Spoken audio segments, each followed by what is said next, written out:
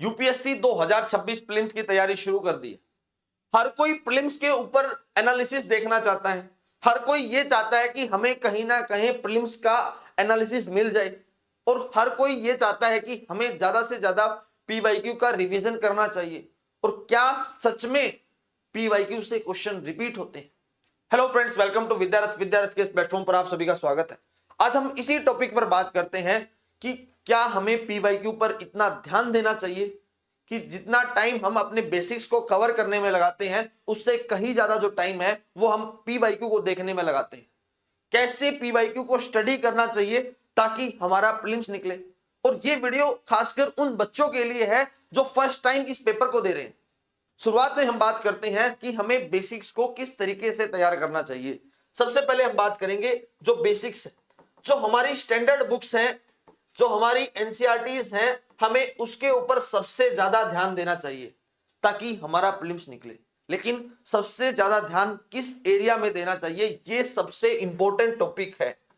उसके लिए हमें सबसे पहले modern history, polity, geography, economics and science and tech, इन सभी टॉपिक्स का जो बेसिक्स है, जहां से मैक्सिमम क्वेश्चंस रिपीट होते हैं, जहां से मैक्सिमम क्वेश्चन पूछे जाते हैं, वो हमें सबसे पहले करना चाहिए। और जब हम इन क्वेश्चंस को करते हैं तो इन सब के पीवाईक्यू को देखना शुरू करते हैं। हार्डली 1 और 2 क्वेश्चन ही ऐसा होता है जो पीवाईक्यू में रिपीटेशन के तौर पर हमें मिलता है, लेकिन फिर भी हम पीवाईक्यू के पीछे भागते हैं।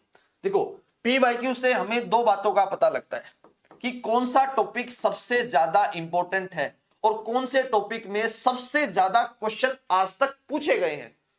अब पिछले 10 साल का रिकॉर्ड उठाकर देखिए, यूपीएससी के अंदर आपको कुछ पता लगेगा कि एक पर्टिकुलर टॉपिक ऐसा होता है जहां से हर साल कोई ना कोई क्वेश्चन आपसे जरूर पूछा जाता है। तो आप लोग उसी क्वेश्चंस को वहां से एक आकलन और एक पर्टिकुलर एनालिसिस निकालिए कि ये टॉपिक सबसे ज्यादा इंपॉर्टेंट है, हमें यहीं से क्वेश्चंस को पढ़ना चाहिए। ये टॉपिक्स हमारे डेफिनेटली कंसेप्ट वाइज और फैक्चुअल वाइज हमें क्लियर होने चाहिए। सबसे पहली बात तो आती है ये। जब दूसरी बात है, जब हम पीवाईक्यू को स्टडी करते हैं तो वहां हमें उसके साथ साथ जो दूसरे, जैसे सीडीएस हुआ, असिस्टेंट कमांडेंट हुआ, और जो दूसरे यूपीएससी के एग्जाम्स हैं उनके भी क्वेश्चंस को देखना चाहिए। कई बार उन सब के क्वेश्चंस भी रिपीटेशन के तौर पर हमें दिखाई देते हैं। लेकिन पीवाईक्यू के साथ साथ अगर हम उस पर्टिकुलर पोर्शंस के अगर हम एमसीक्यू लगाकर देखें, एमसीक्यू सोल्व करके हम देखें, तो वहां से भी हमें एक बात पता लगती है कि वो टॉपिक कितना तैयार हुआ और कितना टॉपिक तैयार नहीं हुआ।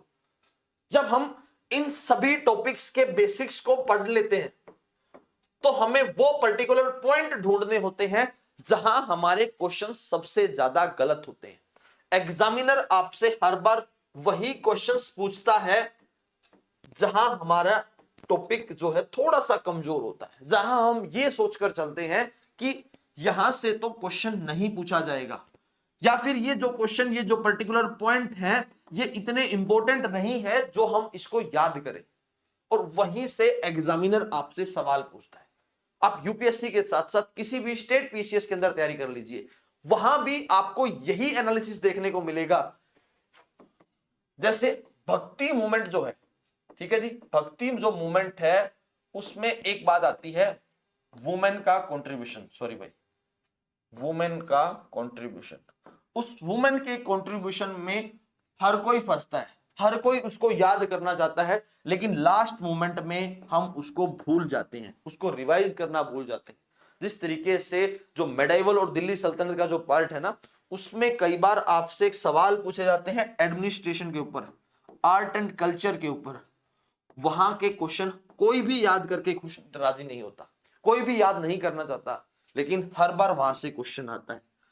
लेकिन उन सभी टेक्निक्स को, उन सभी फॉर्मूला जो आपका पीवाईक्यू के बेसिस पर आपको पीवाईक्यू के बेसिस पर निकालना है, वो आपको देखना पड़ेगा, वो आपको समझना पड़ेगा, वो आपको याद करना पड़ेगा।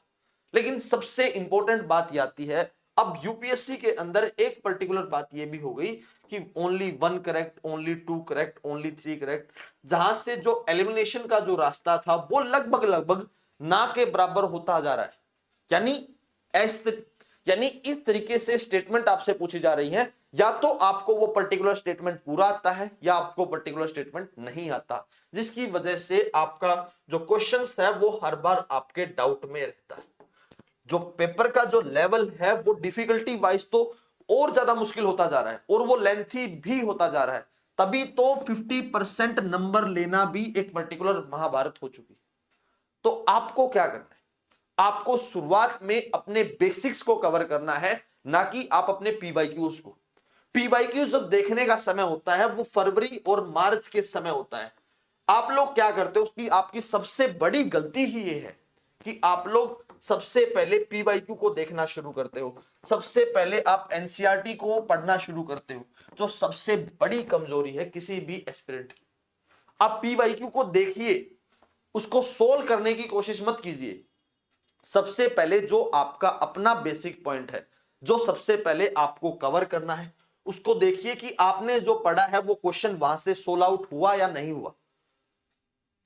उसके साथ साथ आप उसमें वैल्यू एडिशन कीजिए, जो आपने नोट्स या पर्टिकुलर कोई बुक पढ़ी है कि आपने वो पॉइंट वहां से कवर करना है।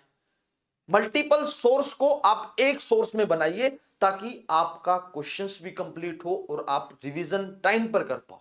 मल्टीपल सोर्स से आप रिवीजन नहीं कर पाओगे। दूसरी बात, एनसीईआरटी। देखो, मैं कहता हूं कि एनसीईआरटी मोस्ट इंपॉर्टेंट है, लेकिन एनसीईआरटी पढ़ने का भी समय होता है। अब आप सिर्फ और सिर्फ प्रीलिम्स से 2 दिन पहले अगर आप एनसीईआरटी पढ़ोगे तो उसकी ज्यादा कुछ वैल्यू नहीं है, लेकिन एनसीईआरटी की वैल्यू कब होती है मैं आपको बता देता हूं। आपने स्टैंडर्ड बुक पढ़ी, या आपने कहीं से कोर्स से कोई पर्टिकुलर सब्जेक्ट कवर किया, या आपने कहीं से भी रिवीजन किया, वो कंप्लीट सिलेबस कर लिया, उसके बाद आप एनसीईआरटी पढ़िए, वो आपको ज्यादा समझ में आएगी। जब आप बेसिक से शुरुआत करते हो तब आपको वो ज्यादा समझ में नहीं आएगी। आप 12th क्लास की एनसीईआरटी को उठाकर देखना, ज्योग्राफी के अंदर वहां पे बहुत सारे ऐसे पॉइंट हैं जो आपको डायरेक्ट समझ में नहीं आएंगे। 11th क्लास की फिजिकल ज्योग्राफी की एनसीईआरटी बुक उठाकर देखना, वो आपको डायरेक्ट समझ नहीं सकते। उसको समझने के लिए आपको स्टैंडर्ड बुक्स या फिर किसी टीचर की सहायता लेनी ही पड़ेगी। स्टैंडर्ड बुक की ले लीजिए।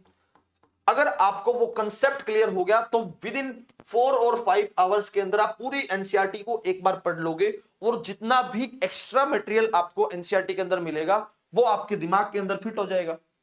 तो पर्टिकुलर एक पूरी स्ट्रेटेजी होती है जहां आपको अपनी स्टडी पर ध्यान देना है ताकि आपका प्रीलिम्स निकले। प्रीलिम्स की इंपॉर्टेंस ज्यादा है, रिजल्ट की इंपॉर्टेंस ज्यादा है as compare to PYQ NCERT. आपका प्रीलिम्स निकले, आप मेंस के लिए क्वालिफाई करो, ये सबसे महत्वपूर्ण बात है। That's all for today. Thank you very much and please subscribe to विद्यारथ।